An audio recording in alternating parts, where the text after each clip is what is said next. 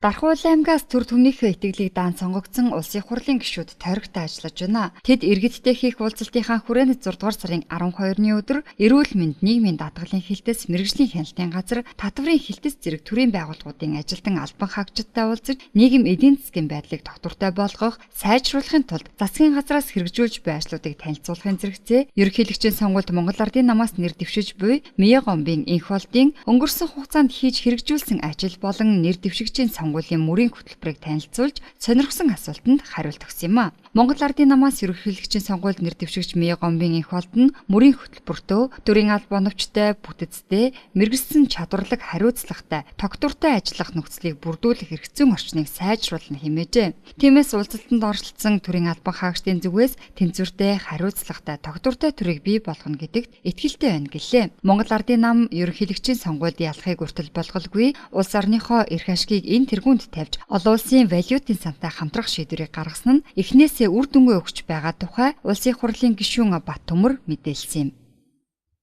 Монголын төрөөс бол ард иргэдэд зах зээл бэлтгэх, ажилтаа болгох, орлоготой болгох.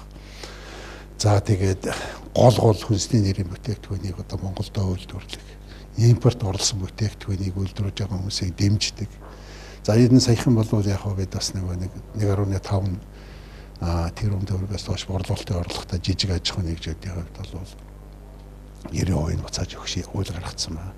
За тэгээд дээрэс нь дахиад жижиг дунд үйлдвэрийн тоног төхөөрөмж гаднаас оруулаад ирэхэд бол хайл нэмэгдсэн үртгийн татвараас чөлөөлж байгаа.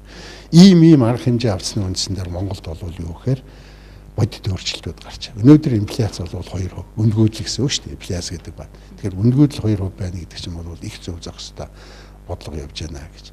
Энэ өнөөдөр юмний хэлээд байгаа тоогоор бол Монгол их сайхан болчихж байгаа юм шиг. Зөвхөн сайхан болох их илүү тавигдаж байгаа. Олон улсын валютын сантай хамтарч ажилласнаар бид их олон зүйлийг хийж эдийн засгаа дундаж орлоготой. Энэ өдрийн уулзалт Дархуул сувг компани ажилтнуудтай уулзснаар үргэлжилсэн юм а. Тус байгууллага Азийн хөгжлийн банкны хөрөнгө оруулалтаар 25 сая долларын өртөгтэйгээр ус цэвэршүүлэх байгууламжийг байгуулахаар ажиллаа эхлүүлээд байна. Хуучин удирдлагуудын буруу менежментээс болж ихээхэн алдагдaltaй ажиллаж байсан Дархуул сувг компани энэ жил алдагдлаа бууруулж ажилчдынхаа нийгмийн асуудалд анхаарал хандуулан ажиллаж байгаа юм а.